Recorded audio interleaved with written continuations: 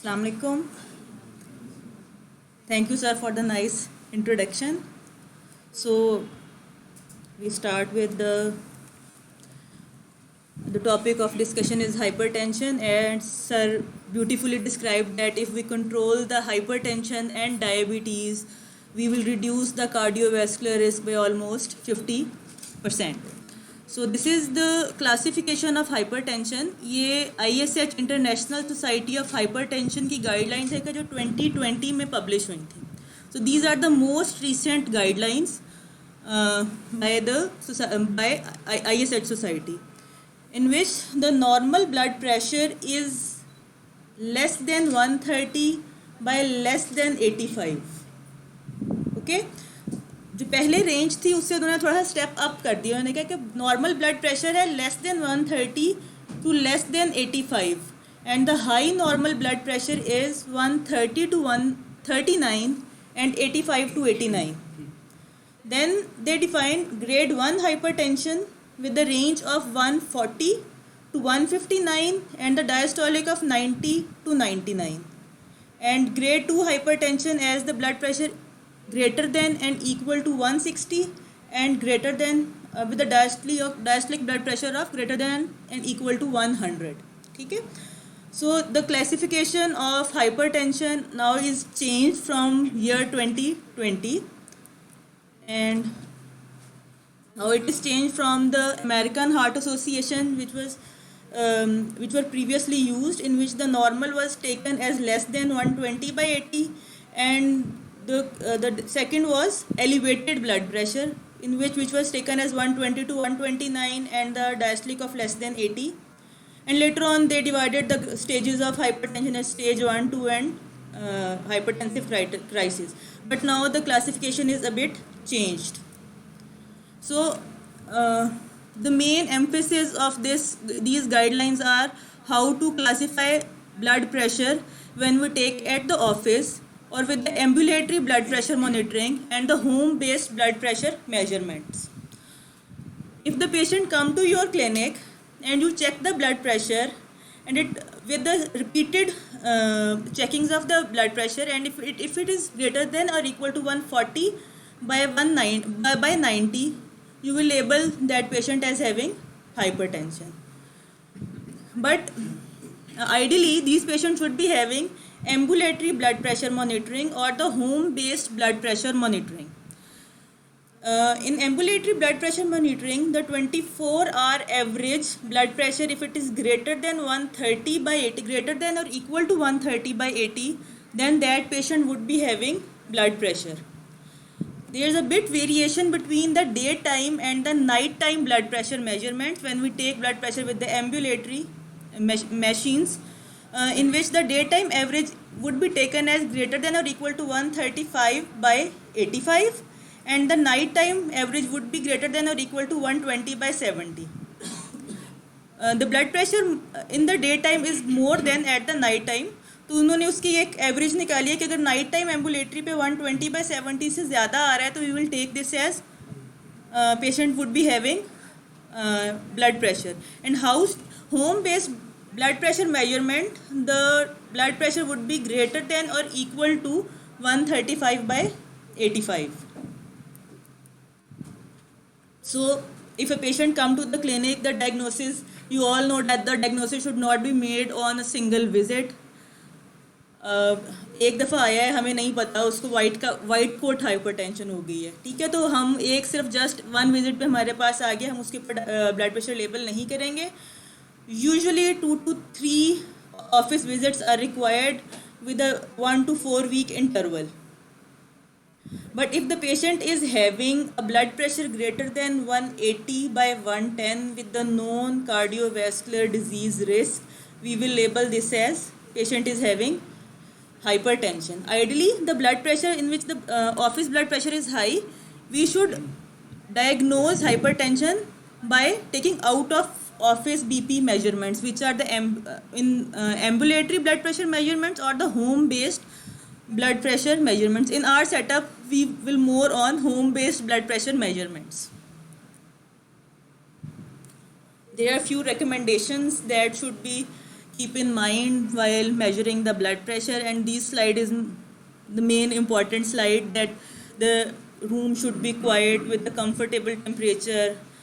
Patient should not have taken caffeine or avoid smoking. He must be having empty bladder and relax for 3 to 5 minutes. जब भी कोई patient आएगा तो उसको 3 से 5 मिनट सुकून से बिठाना है, उससे बात नहीं करनी. वो एम्प्टी ब्लैडर हो, स्मोकिंग, कैफ़ीन, खाना जो भी है वो उसे तकरीबन 30 मिनट पहले ले लिया हो. अगर इस दौरान में आया है तो उसका बीपी रीडिंग ज़्यादा आनी है. ठीक है, तो हमने उसको एक कंफर्टेबल एनवायरनमेंट देना है और फिर उसके बाद ब्लड प्रेशर चेक करना है. अब उसके बाद what would be the sitting position? The back should be supported, the feet should be flat, ज़मीन के ऊपर सीधे पाँव फ्लैट हों. आर्म जो हो पेशेंट का वो डॉक्टर के टेबल के ऊपर हो और जो बीपी ऑपरेटर्स है वो उसके हार्ट लेवल पर हो.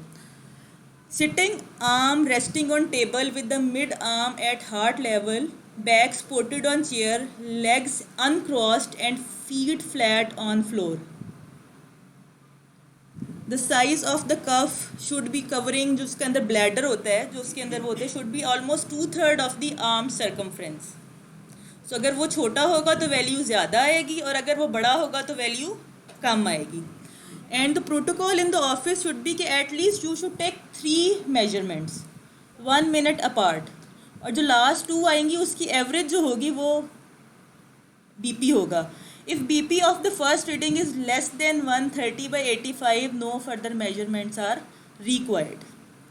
If the blood pressure on 2 to 3 office visits are greater than 140/90, label this as hypertension.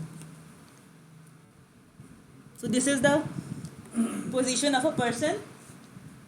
No food or drink for 30 minutes. He must be having empty bladder, no talking, arm resting at chest height. Cuff against bare skin, very important. Back should be supported, legs should be uncrossed and seat with the flat feet on the floor. तो ये एक position होनी चाहिए जो कि patient की, जिनका हमने ब्लड प्रेशर चेक करने और हमने उनको अगर हमने कहना है कि आपको ब्लड प्रेशर है तो ये एक रेस्टिंग पोजीशन जो है ये होनी चाहिए पेशेंट की. बल्कि उनको बाद में भी जब हम बताते हैं कि आपने जो डिजिटल से भी देना है तो मैं यूजुअली उनको कहता हूँ कि आप डाइनिंग टेबल पे बैठ के लें. बिल्कुल, क्योंकि जो दूसरी उनकी टेबल सोफ़ा वगैरह होगा उस पर आम या नीचे चला जाएगा या ऊपर चला जाएगा. तो डाइनिंग टेबल की तकरीबन यही हाइट होती है. जी बिल्कुल. और अगेन उससे पहले जो मेन चीज़ें हैं कि खाना खाए हुए, चाय पिए हुए, किसी से झगड़ा किए हुए 30 से 35 मिनट गुजर चुके हों और वॉशरूम जाए हुए भी 30 से 35, मतलब ये चीज़ें हो कि एम्प्टी, मतलब ये एम्प्टी ब्लड में सारी चीज़ें पूरी हों और उसके बाद फिर ब्लड प्रेशर. मैं तो, मेरे पास जो पेशेंट्स आते हैं मैं तो कहती हूँ अगर आपको अपने बच्चों पे, अब ये तो नहीं कह सकते कि किसी और पे गुस्सा आया हुआ, मैं कहती हूँ बच्चों के ऊपर भी गुस्सा आया हुआ तो पहले आपने 30 से 35 मिनट आपने वेट करके फिर चेक करना है. वाइफ को, मतलब अपन स्पाउस का नहीं कहते, बेगम को या हस्बैंड से रिलेटेड कोई ऐसी बात नहीं करते. फिर उसका इफेक्ट हमारे ऊपर भी हो सकता है. BP management plan according to the office BP level. आपने चेक किया है प्रॉपर ऑफिस मॉनिटरिंग और आपके पास ब्लड प्रेशर आया है लेस देन 130/85. सो अगर कोई रिस्क फैक्टर नहीं है, पेशेंट डायबिटिक नहीं है, उसकी फैमिली हिस्ट्री नहीं है, तो by guidelines remeasure within 3 years. Otherwise risk factor हैं तो एनुअली बीपी मेजरमेंट्स. अगर 130 to 159 है और 85 to 89 ये वाली रेंज है तो आपने out of office blood pressure measurement दोबारा कराने हैं और ऑल्टरनेटली रिपीटेड ऑफिस विजिट्स. ठीक है, और 160/100 से ज़्यादा तो within few days to few weeks के अंदर आपने, फ्यू डेज़ टू वीक के अंदर आपने उसको, क्योंकि अब ये एक ऐसी है कि जिसके ऊपर आगे अगर हम मैनेजमेंट डिले करेंगे तो patient might be having deleterious effect, तो फिर हम इसको जल्दी करेंगे. अब ये होम बेस्ड मॉनिटरिंग, बाकी तो कंडीशन वही उतनी ही क्वाइट होनी चाहिए, position, device, cuff size. But the main thing is कि आपने क्या करना है, पेशेंट को कहना है कि उसने 1 हफ़्ता बीपी मॉनिटरिंग करनी है, आइडली 3 to 7 days. अगर वो सुबह दवाई खाता है तो दवाई खाने से पहले और फिर रात को. ठीक है, और उसमें 2 रीडिंग्स लेनी है 1 minute अपार्ट. और ये जब आपके पास पेशेंट आएगा उससे पहले कम से कम वो जो एक हफ्ते की ये जो मॉनिटरिंग करके रहेगा, तो फिर उसके बाद हम एवेलुएट करेंगे। और अगर उसके ब्लड प्रेशर 135/85 से ग्रेटर या इक्वल टू है तो हम उसे कह देंगे you are labelled as having hypertension. So these are for ambulatory, or I think rarely in Pakistan we will do ambulatory blood pressure monitoring.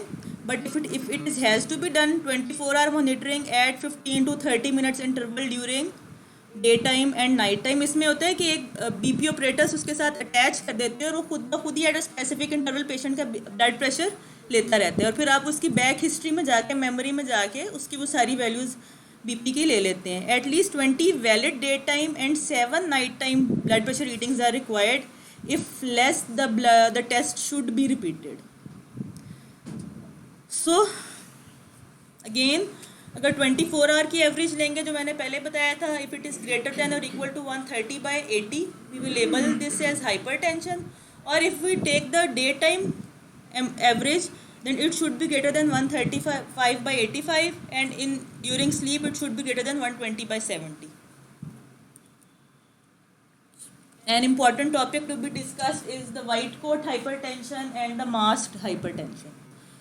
White coat hypertension ये है कि पेशेंट को पहले नॉन हाइपरटेंसिव नहीं है, आपके पास आया है, आपने ब्लड प्रेशर चेक किया, उसका ब्लड प्रेशर हाई है, तो बट जब वो हाउस में जाके या home based blood pressure monitoring करता है तो उसका ब्लड प्रेशर नॉर्मल होता है, ठीक है। तो these patients has a bit more cardiovascular risk than the normal population but lower cardiovascular risk than the patient which are diagnosed as having hypertension, ठीक है। If low total cardiovascular risk and no organ damage, then drug treatment may not be prescribed. You just advise lifestyle modifications. The masked hypertension ये है कि आपके पास office में उसका blood pressure ठीक है लेकिन होम बेस्ड मॉनिटरिंग में उसका बीपी ज़्यादा आ रहा है, उसको वो हाइपरटेंशन है उसे। These patients are having equal cardiovascular risk as those of patient having hypertension. तो इनको आपने थेरेपी स्टार्ट करनी है। These are the two important categories, white coat and masked hypertension. So, what are the tests that should be done in a patient of hypertension? The essentials are those that must be done, and optimal are the resource availability. Okay. So, एक तो essential में तो एक तो proper history look for the अगर है तो हमें इसेंशियल प्लस सेकेंडरी कॉजेज़ को भी हमने साथ साथ देखने हैं।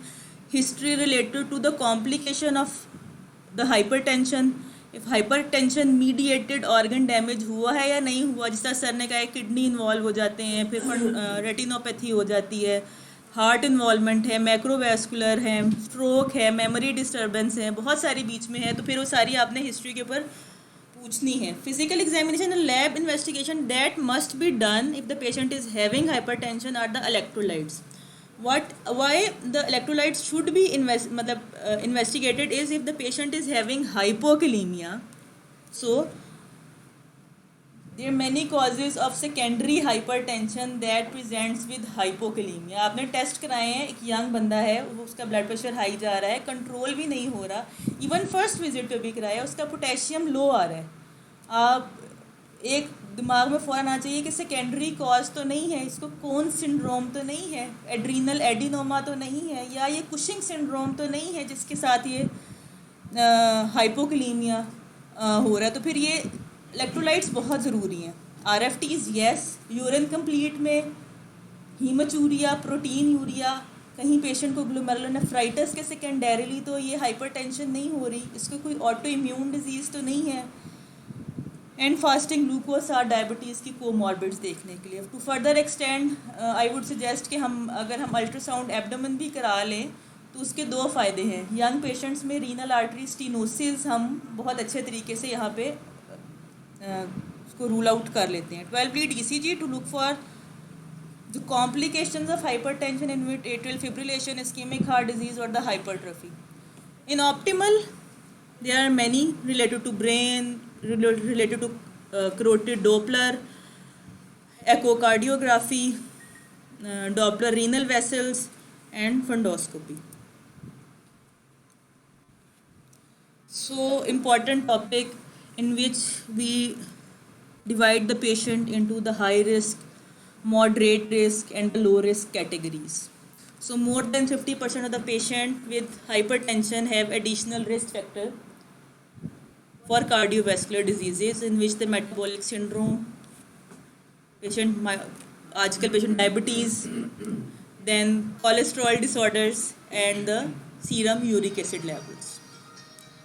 अदर रिस्क फैक्टर्स में इफ एज ज़्यादा है, मेल जेंडर है, फैमिली हिस्ट्री है कार्डियोवैस्कुलर डिजीज़ की या फैमिली हिस्ट्री है हाइपरटेंशन की इन फीमेल्स में early onset menopause, smoking habits या हाइपरटेंशन मीडिएटेड ऑर्गन डैमेज है जिसमें CKD, coronary heart disease, heart failure, stroke, peripheral vascular disease, atrial fibrillation and grade 3 CKD. So if we will manage the risk factors, we will first to keep in mind this risk factors are twofold. First, you will manage the risk factors, and upon on the presence of risk factor, you will modify your hypertensive treatment. This is a very important slide. This is the high normal. This is the grade 1 and this is grade 2. If the no risk factor is present, then again this is a moderate to high risk category. If the blood pressure is greater than 160 by 100. Okay. If the patient is having grade 1 hypertension, then presence of 1 to 2 falls into moderate risk category. Blow down if the 3 or more than 3 risk factors present or in the hypertensive mediative organ damage is present, then the patient is in high risk category. For high risk category, early treatment is advised. So there are certain exacerbators and inducers of hypertension. Patient का blood pressure हम कर रहे हैं, blood pressure high जा रहा है, हमने ये भी देखना है कि साथ में कुछ medications तो नहीं ले रहा.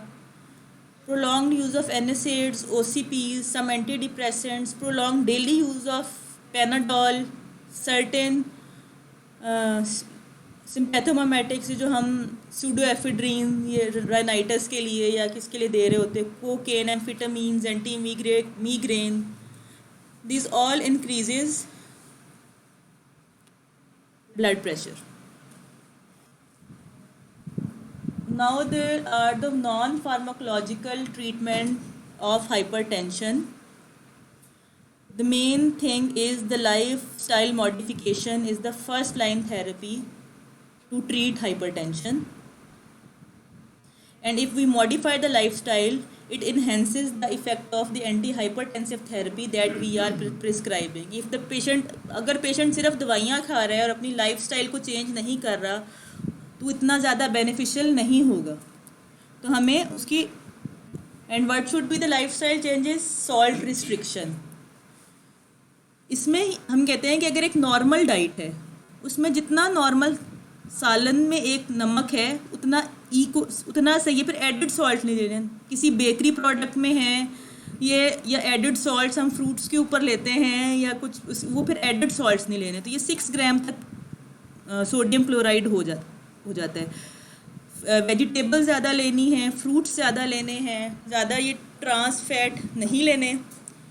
Again moderate consumption of healthy diet drinks and the reduce weight. Exercise has a major effect. So established diagnosis of hypertension. जब when the hypertension has been established and lifestyle advice has been given, you first look if the patient is in grade 1 hypertension or grade 2 hypertension. If the patient is having grade 1 hypertension and is in high risk, so हमने पीछे देखा है कि high risk grade 1 hypertension में वो हैं जिनको 3 risk factors present हैं, ये वाली कैटेगरी, या जिनको हाइपरटेंशन मीडिएटेड ऑर्गन डैमेज है, इनको आपने ट्रीट करना है. उसके बाद ये आते हैं ग्रेड 1 के वो पेशेंट्स जो के लो टू मॉडरेट रिस्क पे हैं. तो जो लो टू मॉडरेट रिस्क पे है उन्हें इनिशियल और उनमें हाइपरटेंसिव मीडिएटेड ऑर्गन डैमेज नहीं है, तो उनमें क्या करना है कि पहले 3 to 6 मंथ लाइफस्टाइल मॉडिफिकेशन करनी है, और अगर उसके बाद भी ब्लड प्रेशर ज़्यादा है फिर हम एंटी हाइपरटेंसिव ट्रीटमेंट स्टार्ट करेंगे. और if the patient is in grade 2 with hypertension with the blood pressure range of 160 to 100, तो आपने उनको ट्रीट करना है. So what should be the targets? Essentials are those that must be accomplished within 3 months. At least blood pressure should be lowered at least 20/10 and ideally 140/90. Optimal है कि ये अगर हो जाए तो बहुत अच्छा है, लेकिन एसेंशियल है कि ये ज़रूरी हो जाए. ठीक है. In patient is having 65 years of age. The optimum would be the blood pressure target should be less than 130/80 if tolerated, but it must be greater than 120/70. And if the patient is greater than 65 years of age, the blood pressure target would be less than 140/90 if tolerated, but consider individualized BP target, क्योंकि इस as में बहुत ज़्यादा कोमॉर्बिड्स condition भी आ जाती हैं, तो हमने उनको भी देख के ब्लड प्रेशर टारगेट्स अचीव करने हैं. So this is the main slide.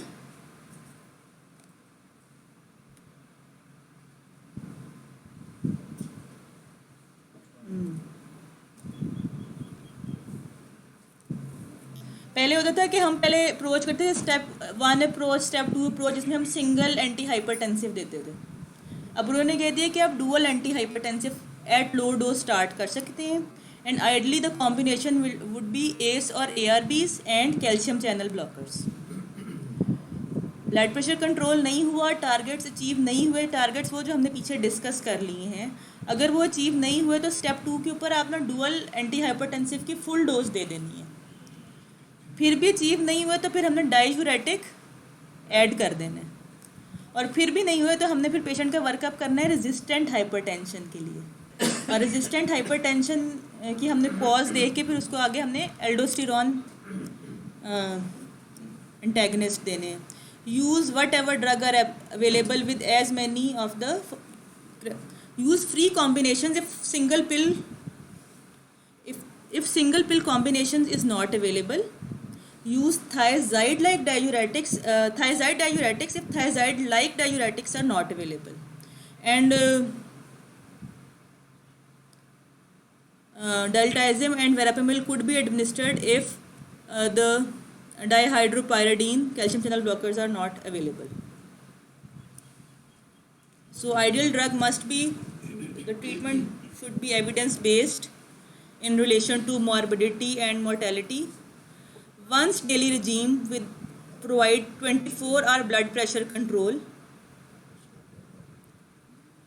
Treatment should be affordable and well tolerated, and evidence of the benefits of the use of medication in population to which it is to be applied.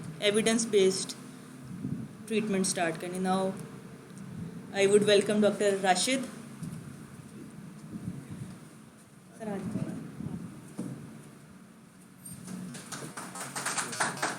Thank you very much, Dr. Tuba. Now I think we'll discuss in question answer हम end में लेंगे.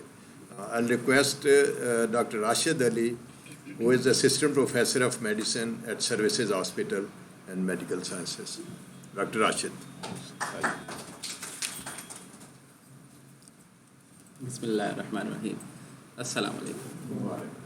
सबसे पहले तो आप सबका बहुत बहुत शुक्रिया मुझे इनवाइट किया, और I think this is a great privilege for me and doctor Tooba to come here. आप सबके इतने रिस्पेक्टफुल पर्सन के सामने बोलना, यही बड़ा हमारे लिए काफ़ी है. और आप इसलिए हमारे लिए बहुत रिस्पेक्टफुल हैं because you are the primary care physicians. माशाल्लाह जितना आप पेशेंट देखते हैं हाइपरटेंशन को, जितना आप लोग मैनेज करते हैं, हम तो उसका कुछ परसेंट. तो मेन तो यह है कि अगर मेरी और डॉक्टर तूबा हमारी वजह से कोई 1% भी कोई किसी को नॉलेज में इजाफा हो जाता है, कोई हमारे एक्सपीरियंस से कोई फ़ायदा हो जाता है, तो ये मेरे लिए तो बहुत बड़ी बात होगी. सदका जारिया, कितने पेशेंट का फ़ायदा हो सकता है. ठीक है, तो ये बहुत बड़ा एम है जिसके लिए आप यहाँ बैठे हुए हैं. I am really honoured. मैं as assistant professor of medicine मैंने किंग एडवर्ड मेडिकल यूनिवर्सिटी में सर्व किया, और उसके बाद फिर इंग्लैंड चले गए हम, थोड़ा इंग्लैंड में वहाँ पे काम किया। वापस अभी मेरी ट्रांसफ़र हुई है सर्विसेज हॉस्पिटल में। तो ज़्यादा तो नहीं, मैं तो सिर्फ ये बताऊँगा कि मेरी एक पेशेंट है मिसेस आसिम, तो वो मेरे पास बड़े अरसे से आती थी। मैं भी पहले जब एक जीपी प्रैक्टिस ही हम करते थे जब पीजी रेजिडेंट, काफ़ी अर्सा पहले, तो उस वक़्त ये बीपी इनका हाई रहता था। ये इनकी एज 30s में थी, 31 32 उस वक़्त से आ रही थी। तो कोशिश मैंने अपनी तरफ से बड़ी की थी कि इनका बीपी कंट्रोल हो, लेकिन अनफॉर्चुनेटली कभी बीच में कभी हुआ तो इनका नॉर्मल आया, अदरवाइज़ इनका बीपी परसिस्टेंटली अप ही रहता था। अब अनफॉर्चुनेटली वो 3 साल से हीमोडायलिसिस में है और कोई और कॉज नहीं मिला था। तो हाइपरटेंसिव नेफ्रोपैथी, यंग फीमेल, वो she is having and stage renal disease. And stage renal disease हम कब कहते हैं? जब पेशेंट डायलिसिस डिपेंडेंट हो गया। तो वो बेचारी अब या रिलेटिवली यंग फीमेल वो डायलिसिस में है, क्योंकि मैं अनफॉर्चुनेटली हम उसको कवर नहीं कर पाए। तो BP is so much important कि आज हम अगर मेरी वजह से कोई किसी का बीपी कंट्रोल हो गया तो हो सकता है कि इसको आने वाला वक्त में कोई हीमोडायलिसिस ना कराने पड़े। इसके अलावा इतनी सारी कॉम्प्लिकेशंस हैं, ठीक है। एक दो सिनेरियो तो नहीं, मैं एक दो अभी पिछले ही हफ्ते में एक पेशेंट देखा, उनको एज तकरीबन 29 ईयर्स, और बीपी कितना उनका ये 200 प्लस, और जो डायस्टोलिक है 120 प्लस। तो वो खैर उनसे जब सारी मीटिंग की, इंटरव्यू सारा किया, तो पता लगा ये वो खाना पीना जो है ना उनका बड़ा इस तरह का होता है। बड़े डॉक्टर्स ने कोशिश की, लेकिन जो है ना वो थोड़ा सा इलाज करा के फिर किसी और के पास, तो फिर उसके फ्रेंड ने मुझे ना तस्वीर भी शेयर की है, इधर से ले गए हैं जाके पिज़्ज़ा खा रहे। तो उनको भी मैंने थोड़ा फिर अगले दिन समझाया मैं कि ये ना करें। उनका BMI जो था वो तकरीबन 33 था, 110 kg उनका, 110 के 112 kg उनका वेट था। तो हिस्ट्री जब प्रोब की तो उन्होंने कहा यार मैं तो सोया ही रहता हूँ। तो दिन में भी जो है ना वो सोए रहते थे। वो अक्सर जो है कहते मैंने ऑफिस में, मैं जहाँ पे काम करता हूँ ना, मैंने कमरा बनाया, उनको मैंने बेड शेड लगाया कि मुझे पता मुझे किसी भी टाइम नींद आनी, मैं जाके सो जाना। तो एक तो मुझे था कि यार शायद बीपी हाई रहता है उसकी वजह से इनको नींद आती है, हेडेक होता होगा। दूसरा मुझे हुआ कि मैं इनका ना ओरल कैविटी देखा तो वो यूवुला नज़र ही नहीं आ रहा था। वो सारा सॉफ्ट टिश्यू, इतनी स्वेलिंग थी कि यूवुला नज़र ही नहीं आ रहा था। उसी टाइम मैंने अपने किसी को करके कॉल, तो उनकी स्लीप स्टडीज़ कराई, they were positive sleep apnoea, obstructive sleep apnoea. अब हम जो है ना लगे हुए हैं ये कर वो कर, लेकिन वो बेचारे क्या है, वो रात को सोते हैं सही तरह, हवा नहीं अंदर जाती, डीसेट होते हैं, और डीसेट होने की वजह से उनका वो सिंपैथेटिक ड्राइव एक्टिव रहती है। और वो अब कितने हाई रिस्क यंग पेशेंट, तो किसी भी टाइम उसको स्ट्रोक हो सकता है। तो अब मुझे उनके OSA को ट्रीट करना है, तो वो जाके ठीक, इसलिए कि ये मतलब हर पेशेंट में बीपी एक तरह नहीं है, हर किसी को एक जैसी दवाई नहीं।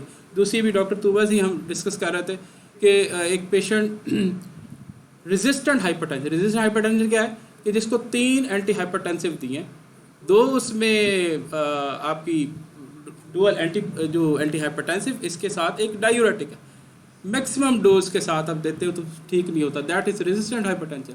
उसका रेजिस्टेंट हाइपरटेंशन वो काफ़ी सालों से चल रहा, और म्यो हॉस्पिटल में हमारे पास ही वो 2-3 दफ़ा एडमिट हुए हैं बिकॉज ऑफ पैरापरीसिस।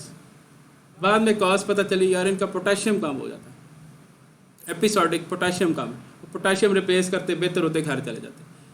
तो वो पता नहीं कैसे मिस हो गए, बहरहाल मिस हुए। तो जब किसी के जहन में आया, उन्होंने कहा यार इनका तो कौन सिंड्रोम का वर्कअप करें। वो अल्ट्रासाउंड कराया, उसके बाद CT कराया तो एड्रिनल एडिनोमा आया। ये लाइव केस है, उसकी सर्जरी हुई और वो माशाल्लाह बेहतर है। इसी तरह डॉक्टर तूबा ने भी एक पेशेंट देखा, हाइपर कैल्सीमिया सिर्फ पेशेंट, यंग पेशेंट, उसका वही रेजिस्टेंट हाइपरटेंशन, उसके जब रूटीन कराए कैल्शियम बढ़ा हुआ था, कैल्शियम को फोकस किया, थायराइड, उसको vitamin D intoxication, hyper calcaemia, और उसकी वजह से ये बड़ा एक डिफरेंट किस्म का केस है। उन्होंने सिर्फ कैल्शियम को मैनेज किया, उनका बीपी बेहतर हो गया। तो इस तरह की जो चीज़ें हमने, जब भी बीपी का हमने पेशेंट देखना है तो हमने देखना है यार कि सेकेंडरी कॉज तो नहीं है। सेकेंडरी कॉज में सबसे इम्पोर्टेंट जो सेकेंडरी कॉज है वो ये किडनीज़ है। किडनीज में कहीं ना कोई रोला है, या तो ये रीनल आर्टरी स्टेनोसिस निकलेगी, या ग्लोमेरुलोनेफ्राइटिस, या सिस्टिक डिजीज। ये 3 चीज़ों में आपने फ़ौरन सोचना है। यूरिन कंप्लीट कराएंगे, आपको आइडिया हो जाएगा। जीएन होगा तो प्रोटीन यूरिया, हिमाचूरिया, उससे ही आप पकड़िए तो नेफ्रेटिक सिंड्रोम का पेशेंट बन गया। अगर अल्ट्रासाउंड में किडनी एक छोटा है कि बड़ा है, आपको थोड़ा आइडिया, यार इस तरफ वाला किडनी क्यों छोटा है, इसकी एक दो काज, या तो इसको इसी तरफ का पाइलोनेफ्राइटिस रिकरेंट हो रहा है, या फिर इसकी वेसल जो है ना ब्लॉक है, तो डॉप्लर कराएंगे, आइडिया हो जाएगा ये रीनल आर्टरी स्टेनोसिस है। और तीसरा अल्ट्रासाउंड रखेंगे, प्रोब रखेंगे, सिस्ट अगर होंगी तो सामने आ जाएंगी, तो कोई मुश्किल नहीं है। तो किडनीज को, और दूसरा एंडोक्राइन में अब जैसे डॉक्टर तूबा ने बताया कि वो हम जब बेसलाइन कराएंगे उसमें इलेक्ट्रोलाइट्स में हमें आइडिया हो जाएगा, पोटाशियम कम है, सोडियम, ये इलेक्ट्रोलाइट्स ही हमें बता देंगे। ठीक है जी। ले जी, अब मेरा है जी कोमॉर्बिडीज जो हैं and complication, hypertension of coronary artery disease. इसमें सारा कुछ वैसे ही है। कोरोनरी आर्टरी डिजीज़ है, हमें पता है इसमें हमने बीटा ब्लॉकर देना है, एस और ARB ये हमने प्रेफर करना है, बीटा ब्लॉकर देना है। ठीक है। और साथ हमने एक जो इसमें जो चेंज है वो ये लिपिड लॉरिंग जो ट्रीटमेंट है, इसमें हमारा टारगेट 55 होगा, LDL जो है वो 55 होगा। हम पहले कोलेस्ट्रॉल वगैरह देखा करते थे, अब गाइडलाइंस चूँकि चेंज होगी, अब LDL पे फोकस करते हैं। पहले 70 कहते थे। हाँ जी, 70 स्ट्रोक में है और कोरोनरी हार्ट डिजीज़ है तो फिर इसमें 55। तो ये थोड़ा सा इसमें एक हमने ये ख्याल करना है। एंटीप्लेटलेट देने हैं, beta blocker, renin angiotensin receptor blocker, या ACE इनहिबिटर्स विद और विदाउट कैल्शियम चैनल ब्लॉकर्स। ठीक है। और अगर स्ट्रोक है तो स्ट्रोक में हमने बीटा ब्लॉकर नहीं दे। बीटा ब्लॉकर सिर्फ हमने किस में देने हैं, अगर इस्केमिक हार्ट डिजीज अगर इस्टेब्लिश्ड है या कंजेस्टिव कार्डियक फेलियर इस्टेब्लिश्ड है, अदरवाइज बीटा ब्लॉकर का कोई रोल नहीं। ये तो एक पुरानी बात होगी, आप सबको पता होगा। अगर स्ट्रोक है तो स्ट्रोक में हमने इस तरह आपने मैनेज कर लेना, इसमें आपने LDL लेवल 70 से कम रखना है। एंटीप्लेटलेट ट्रीटमेंट कब देनी है, अगर इस्केमिक स्ट्रोक है। अगर हेमरेज है तो उसमें ऑब्वियसली हम नहीं देंगे। ठीक है। अगर हार्ट फेलियर है तो हार्ट फेलियर में हम क्या डायूरेटिक्स को ऐड कर सकते हैं, बट हार्ट फेलियर में 3 जो फार्माकोलॉजिकल ट्रीटमेंट्स कौन कौन सी होती हैं जो कि रीमॉडलिंग को इनहिबिट करती हैं। हार्ट फेलियर में मोर्टेलिटी को बेहतर करने वाली या मोर्टेलिटी कम जो करती हैं, उनमें से 3 कौन कौन सी चीज़ें हमें पता है। एक तो ACE इनहिबिटर या ARB है जो प्रूवन है, दूसरा बीटा ब्लॉकर्स हैं, और तीसरा ये स्पाइरोनोलैक्टोन जो एल्डोस्टेरोन एंटागोनिस्ट ये हैं। चौथा कहते हैं हाइड्रोलाजीन विद नाइट्रेट्स, वो हमारे इधर नहीं हम करते, लेकिन ये आप इन 3 चीज़ों को पकड़ लें। इसमें सिर्फ मुझे पता होना चाहिए ACE ARB को कोई भी दे सकते हैं। बीटा ब्लॉकर में हमें 2-3 का पता होना चाहिए यार, बिसोप्रोलोल है, मीटोप्रोलोल सक्सिनेट है, और नेबिवोलोल है, और चौथी चौथी कौन सी है, नहीं कार्बिडोलोल। ये 4 हमें बस 4 बीटा ब्लॉकर। अगर हार्ट फेलियर है तो उसमें हमने इन 4 में से कोई देना। इसमें हमें ये पता होना चाहिए कि मीटोप्रोलोल जो है ये आम वाली मीटोप्रोलोल नहीं है, that is not metoprolol tartrate, metoprolol succinate है जो सिर्फ बीटा लोक्सोक के नाम से पाकिस्तान में अवेलेबल है, या फिर आप कॉनकोर यानी कि बिसोप्रोलोल वगैरह दे सकते हैं। बिसोप्रोलोल, ठीक है, बिसोप्रोलोल, कार्बिडोलोल, नेबिवोलोल, ठीक है, ये आपने ये 4 बीटा ब्लॉकर्स में आपने कोई ना कोई देना। और अगर उसका इजेक्शन फ्रैक्शन कम है और पेशेंट रिस्पॉन्ड नहीं कर रहा तो हम नई जो हमें मेडिसिन आएंगी, एंजियोटेंसिन रिसेप्टर नेप्रिलाइसिन इनहिबिटर्स, आर्नी जो ग्रुप है वो हम दे सकते हैं। हाइपरटेंशन और क्रॉनिक किडनी डिजीज, इसमें भी थोड़ा सा चेंज हुआ है। पहले हम जैसे ही क्रॉनिक किडनी डिजीज़ का पेशेंट होता था हम ACE और ARB बंद कर देते थे, अब उसने चेंज कर दिया, नहीं अब आप ACE ARB बंद नहीं करें, ये फर्स्ट लाइन ट्रीटमेंट ही है क्योंकि ये प्रोटीन यूरिया को कम करती है। तो लेकिन इसमें फ़र्क ये है कि अब आप अगर CKD के पेशेंट में ACE ARB देते हैं तो फॉलोअप थोड़ा स्ट्रिक्ट कर लें। आप फिर महीने बाद ना बुलाएं, आप उसके हफ्ते बाद बुला के उसका करट दोबारा करा लें।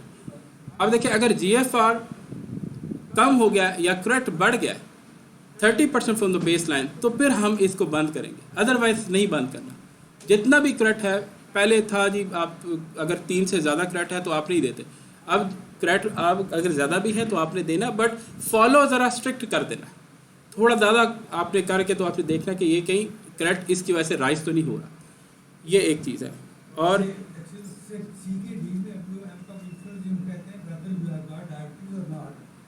जी बिल्कुल वो 40 से कम, अगर GFR हो फिर नहीं, अदरवाइज आप दे सकते हैं। अभी तक स्टडीज जितनी हुई हैं वो 40 से ऊपर है। GFR अगर 40 से कम होगा तो वो स्टेज 4-5 बन जाएगा, वहाँ पे नहीं दे सकते। Not only for not for the like diuretic purpose, या फिर जैसे हार्ट फेलियर में हम कर सकते हैं। CKD में मैंने जैसे अर्ज़ किया ना, GFR अगर 40 से ज़्यादा फिर हम कर सकते हैं, अदरवाइज नहीं। जैसे ही स्टडीज़ आएंगी हो सकता है डाटा आ जाए कि आप वो सेफ़ है 40 से नीचे, तो फिर हम इसको यूज़ करेंगे, अदरवाइज नहीं। तो आगे है जी COPD में हमने ये पता है कि कफ हो सकती है, तो ACE इनहिबिटर जो है ना ये अवॉइड करने हैं, ड्राई कफ कर सकते हैं। और बीटा ब्लॉकर से अगर देने हैं तो फिर कार्डियो सेलेक्टिव देने, अदरवाइज नहीं। हाइपरटेंशन एंड डायबिटीज़, टारगेट वही है। अगर 130/80 पे आपने BP रखना है, और अगर एल्डरली है तो 140/80 पे आपने BP रखना है। तो ट्रीटमेंट सेम है, आप RAS इनहिबिटर्स दे सकते हैं, CCB थायाजाइड्स, और अगेन LDL अगर 70 से ज़्यादा है और उसके साथ को कोमॉर्बिडिटीज तो आपने ट्रीट करना है। और अगर कोमॉर्बिडिटीज कोई भी नहीं है तो 100 से ज़्यादा अगर है तो then you have to give statin as well. मतलब ये भी एक थोड़ा सा डिफरेंट है कि डायबिटीज़ है, अगर उसका LDL 100 से ज़्यादा तो आपने स्टैटिन देनी है। अगर 100 से कम है और उसको कोई और कोमॉर्बिड है या इस्केमिक हार्ट डिजीज जैसे है, तो फिर आपने स्टार्ट कर देनी है, ठीक है। और लिपिड डिसऑर्डर्स अगेन वही आपका, अगर उस ऊपर तो हो गया कि हाइपरटेंशन के साथ, अब अगर ट्राइग्लिसराइड सिर्फ ज़्यादा है, 200 से ज़्यादा हैं, तो then we have to give fenofibrates as well. तो रेजिस्टेंट हाइपरटेंशन वो मैंने आपको बता दिया, उसकी डेफिनेशन क्या है। जब भी रेजिस्टेंट हाइपरटेंशन होगा तो हमने ये देखना है कि क्या क्या रीजंस हो सकती हैं इसका, सेकेंडरी हाइपरटेंशन और रेजिस्टेंट जब भी आपने ऐसे पेशेंट को अच्छी तरह इवेलुएट कर लेना, उसके सारे टेस्ट करवा लेने हैं कि कॉज कहाँ पड़ी हुई है। बाज़ दफ़ा सिर्फ ये होता है कि वो कंप्लाइंस अच्छी नहीं होती, हिस्ट्री आपको प्रॉपर नहीं दे रहे होते। तो ये बड़ा इंपॉर्टेंट है, आपको मेरे से ज़्यादा बेहतर पता होगा कि पेशेंट जो है ना वो अक्सर थोड़ा सा ना वो बात को गोल करते हैं। तो ये एक्सपीरियंस ही है, आपको बताएगा कि हाँ नहीं यार, ये जब मेडिसिन लेती हैं तो ये ठीक रहता है, मेडिसिन छोड़ने से फ़र्क होता है। और किसी की डाइटरी कंप्लाइंस ठीक नहीं होती है, किसी की एक्सरसाइज ठीक नहीं हो रही थी। एक पेशेंट को मैंने कहा कि वो आपने ना वॉक कर रही है और ब्लड प्रेशर आपका ठीक है, पठान था, वो आके कहता है कि मैं सर आप वॉक की तो मेरा BP और बढ़ गया। मैंने कहा वो कैसे बढ़ गया? कहते मेरे भाई को अटैक हो गया था, उसको बाईपास एडवाइस हुआ, तो मुझे जो है ना PHC में वो भगाया डॉक्टर ने, इधर भागा मैं उधर भागा, मैं कहा मेरा BP ठीक हो गया होगा। तो इस तरह वाक जो है ना, वाक का भी अब स्टैंडर्ड आपने बताया ना कि ये वाक होनी चाहिए, ठीक है, ये वाली वाक नहीं कि बाईपास के लिए वो भाग है। तो अगेन सेकेंडरी हाइपरटेंशन जैसे बात होगी है, जब भी ऐसा पेशेंट आएगा तो आपने वो जो डॉक्टर तूबा ने बताई थी कि ये चीज़ें करवा के आपने सेकेंडरी हाइपरटेंशन के लिए शुरू करवा देना। उसमें यही है पहले तो ये हिस्ट्री आपको हेल्प, जैसे मैंने आपको अर्ज़ की कि वो पेशेंट क्या था, पैराप्रेसिस के साथ आता। अब पैराप्रेसिस हाइपरटेंशन यही होता है, हाइपोक्लीमिया होगा, पोटाशियम का में वीकनेस हो जाती है। आपने सिर्फ हिस्ट्री नहीं आपको गाइड कर दी, यार मुझे लगता है यहाँ प्रॉब्लम पड़ी हुई है, तो आपने पोटाशियम जैसे ही आया आपने कोन्स का वर्कअप कर दिया। तो ये हिस्ट्री, फिजिकल एग्जामिनेशन ये बड़ा इंपॉर्टेंट है, ये आपको क्लू दे देता है कि इस तरफ लेके चलें। ले जी, और बाकी ठीक है, टाइम थोड़ा था तो मैंने कहा आपको जज़ाकल्लाह।